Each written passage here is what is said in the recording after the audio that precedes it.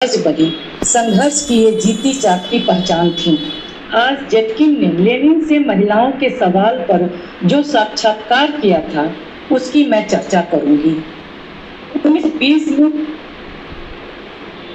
1920 में क्लारा ने लेनिन से साक्षात्कार किया था। यह साक्षात्कार महिलाओं के विषय में लेनिन की स्पष्ट दृष्टि को दर्शाता है। कम्युनिस्ट पार्टी में महिलाओं की भागीदारी का लेनिन जोरदार समर्थन करते हैं। कहते थे कि महिलाओं की भागीदारी के बिना कोई भी जन आंदोलन सफल नहीं हो सकता है। वे मानते थे कि महिला को पूर्ण सामाजिक समानता मिलनी चाहिए और कोई भी सच्चा कम्युनिस्ट इस बात पर विवाद नहीं कर सकता है। लेनिन कहते थे कि अंतर्राष्ट्रीय स्तर पर महिलाओं का एक शक्तिशाली आंदोलन अवश्य होना चाहिए। क्लारा कहती है कि लेनिन का मानना था कि मार्क्सवादी सिद्धांत के बिना हम किसी भी महिला के साथ सम्मानजनक व्यवहार कर ही नहीं सकते हैं। कम्युनिस्ट सिद्धांत की मानसिक रूप से हर व्यक्ति को तैयार करता है कि वह महिला को बराबरी का अधिकार दे। पूंजीवाद में महिला का सम्मान संभव हो ही नहीं सकता है। क्लारा कहती हैं कि लेनिन अपनी चिंता व्यक्त करते हैं कि दूसरी अंतर्राष्ट्रीय कम्युनिस्ट कांग्रेस में महिलाओं के सवाल पर गंभीरता से चर्चा नहीं हो सकी। परिणाम स्वरूप एक निश्चित रूपरेखा महिलाओं के उत्थान पर तैयार नहीं हो सका। लेनिन कहते हैं कि क्लारा इस पर बहुत काम करना है। क्लारा, आप हमारी मदद कीजिए। ऐसे मैंने निर्देश दिया है कि महिलाओं के प्रगति का एक मसौदा जल्द मेरे सामने प्रस्तुत किया जाए। लेनिन का मानना था कि महिलाएं एक शानदार वर्ग योद्धा हैं। वे स्वतंत्रता और साम्यवाद की पक्षधर हैं।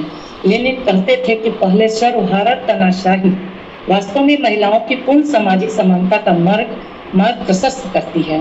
परंपरा पर आधारित नारीवादी सिद्धांत में परिवर्तन लाना अति आवश्यक है। महिलाओं में क्षमता है, वे बुद्धिमान है, संघर्ष कर सकती हैं।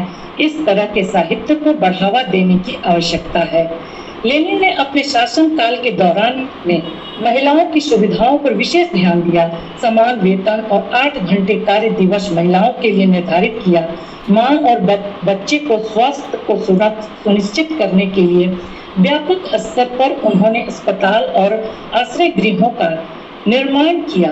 घरेलू श्रम के समाजीकरण पर लेनिन ने विशेष जोर दिया। इसने सामुदायिक रसोई, बाल गृह, लॉन्ड्री इत्यादि से जुड़े कार्यों को शामिल किया। यह कोई साधारण कार्य नहीं था। पूंजीवाद की पीड़ा से ग्रसित महिलाओं को मुक्ति प्रदान करने का यह एक उत्तम प्रयास था। वेश्यावृत्ति जो पूरी दुनिया में व्याप्त थी, उसको भी समाप्त करने के लिए एक अंतर्राष्ट्रीय महिला संस्थान बनाकर जोरदार प्रयास करने का आह्वान किया। महिलाओं को मार्क्सवादी प्रशिक्षण देना अति आवश्यक है। इसी के परिणाम स्वरूप महिलाओं के सामाजिक, आर्थिक एवं राजनीतिक परिस्थिति में सुधार हो सकता है। यह एक सतत प्रक्रिया होनी चाहिए। आज हम देख रहे हैं कि महिलाएं हर क्षेत्र में अभूतपूर्व योगदान दे रही हैं। विज्ञान, कला, अंतरिक्ष, इंजीनियरिंग, मेडिकल, मिलिट्री सिस्टम, शासन प्रशासन, संसद तथा विधानसभा, ग्राम पंचायत इत्यादि अन्य क्षेत्रों में सक्रिय हैं। परंतु उनकी सामाजिक, आर्थिक और राजनीतिक स्थिति को पूंजीवाद की व्यवस्था ने संकुचित कर रखा है। महिलाएं न तो स्वतंत्र हैं और न ही सुरक्षित हैं। प्रायः देखा जाता है कि समाज में घटित होने वाली किसी भी तरह की हिंसा और ज्यादती का शिकार सबसे पहले महिला ही होती है। सांप्रदायिकता ने महिलाओं की स्थिति को बद से बदतर कर दिया है। धर्म और आडंबर ने महिलाएं क्या पहनेंगी, क्या खाएंगी आदि पर पाबंदी लगा दिया है। ऐसे में महिलाओं की क्षमता उभर कर सामने नहीं आ पाती है और एक स्वस्थ समाज का निर्माण असंभव सा लग रहा है। दोयम दर्जे की नागरिकता आज भी महिलाओं के प्रति देखी जाती है। वोट के रूप में महिला सशक्तिकरण का अभियान चलाकर के महिलाओं का दुरुपयोग किया जाता है। हमारे देश में भी कई तरह की महिला संगठन सरकार के द्वारा सरकारी खर्च पर संचालित हो रही है, पर वे सिर्फ सरकारी एजेंडे को चला रही हैं। इन सब से महिलाओं को न समानता मिल रही है और न सामाजिक सुरक्षा।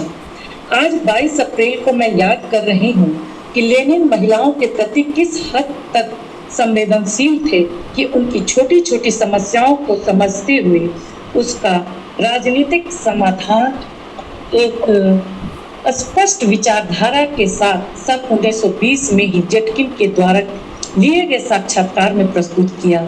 मैं उन्हें सलाम करती हूँ और लेनिन जैसे ही मार्क्सवादियों की देन है कि आज हम सब इस बिंदु पर चर्चा कर रहे हैं और महिलाओं को समान अधिकार दिलाने के लिए ही टुकड़े टुकड़े में ही सही लेकिन इस पूंजीवादी व्यवस्था में भी आज प्रयास कर रहे हैं और हम करते रहेंगे। क्रांतिकारी सलाम। धन्यवाद। बहुत बहुत धन्यवाद।